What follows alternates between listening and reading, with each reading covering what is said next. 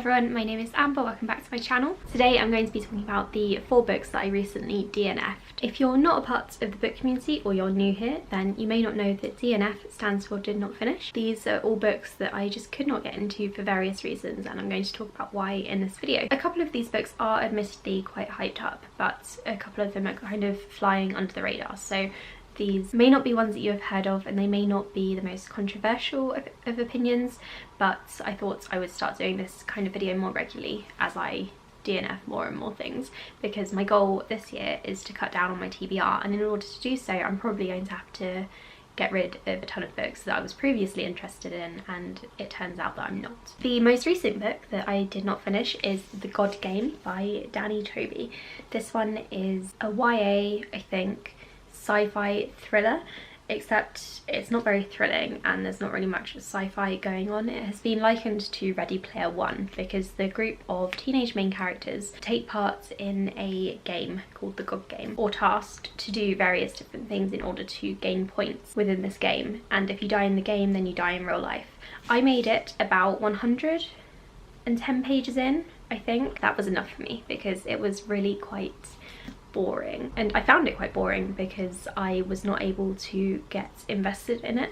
I found the writing to be very clunky, it jumped around quite a bit and I didn't find it very enjoyable. Some of the chapters were only a couple of pages long, if that. It kept jumping from one point of view to another, and I didn't really have enough time to get settled or to get to know any of the individual characters. This book definitely focuses on the fast-paced plot a lot more than it does on the characters and their development. Because I didn't really care about any of the characters, I didn't really care about what happened to them in the game, and I wasn't very interested in finding out what exactly the game was and if anyone was running it or if it was kind of an AI sort of thing. It's a bit disappointing because this book has been quite hyped up. A lot of people have been talking about it both in the UK and in the US. There are a couple of thriller writers who are quoted on the back, so everything led me to believe that this would be a really good book.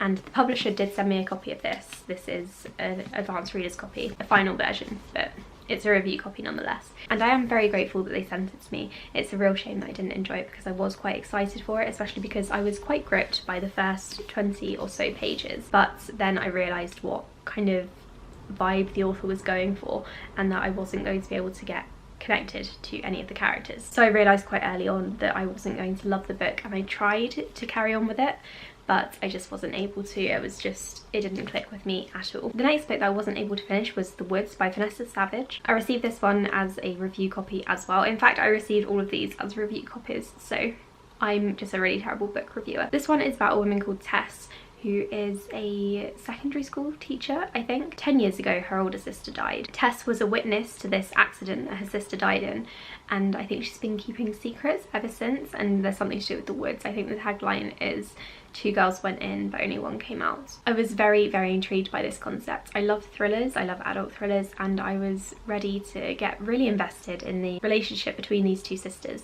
because I knew that it would jump back and forth between present day and when Tess's sister was alive. To be honest, I just wasn't really a fan of the main character. She got on my nerves from the very beginning.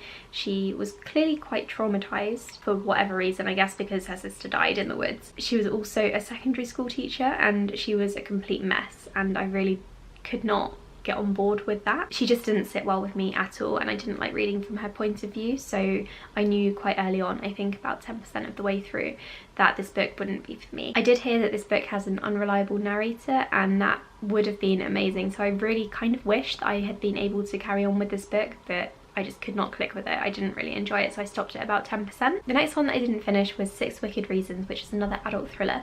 This one is about 5 or 6 siblings. 6, I guess, as it's called 6 Wicked Reasons. And they all come together because their long-lost brother, who was presumed dead, shows up again, and it turns out that he's actually alive. The only thing is their mother's now dead. Their father is with someone else. And it says here in the description, as tension builds, it's apparent somebody has planned murderous revenge for the events of 10 years ago. And I was hooked by that. I thought the concept sounded really good, really intriguing. The whole family dynamic sounded really good to me, except I don't think it was executed very well. I had major issues with it.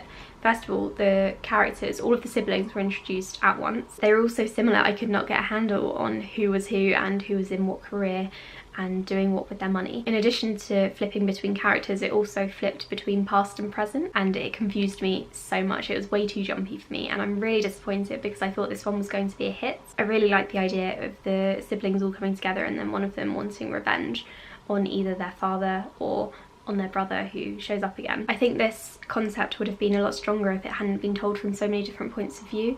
I know what the author was going for here with jumping between them, but I don't think she pulled it off very well, and that is a real shame because it had so much potential. I've not actually read anything by Jo Spain before, and now I'm not really sure if I want to. If you guys have read anything by her, any other adult thrillers or crime books, then let me know, and hopefully her other books are better because she is quite a beloved author, and it's a real shame that I really didn't enjoy this one. The final book I DNF'd was Circle of Shadows. This one came out in 2019, and again it was a review copy.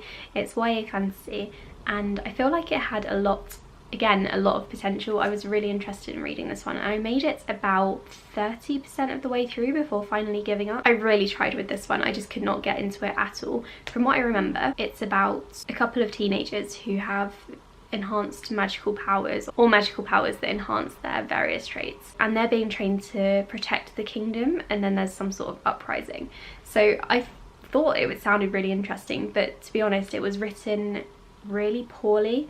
I feel like the plot wasn't exciting enough. This book felt really long, and I felt like I was stuck on 20% for the longest time, and that last 10%, 20 up until 30%, I honestly dragged through. It took me weeks to get that far, and then I finally gave up on it because I just did not want to carry on reading the book. I feel like the author repeated herself a lot, and it was just a bit too much for me, and the world building was kind of sloppy, and it wasn't very tightly knit, which really got to me because I feel like in a fantasy book, of all things, you need to have really good world building. Honestly, I just feel like this book was really mediocre and far too long. I dread to think what's going to happen in the sequel because this is the first in a duology. I honestly don't know where else the author could go, because in this one alone she was kind of dragging her heels and not really doing much. So I don't know why this has been expanded into a series, because honestly I don't think the sequel is going to have much in it. I also had a similar issue with the author's previous duology, The Crown's Game. I didn't finish that one either, and in fact I think it's still on my currently reading shelf, but I should probably move that to did not finish because I'm never going to finish it at this rate. I had the same issues with that book. I think she's a very kind of peaceful writer. Her books kind of like muddle along really slowly. I guess that's just the kind of writing that she does, and it's a shame because I wanted something a bit more action-packed from my YA fantasy. Those are the 4 books that I have DNF'd recently. Hopefully there won't be many more to come.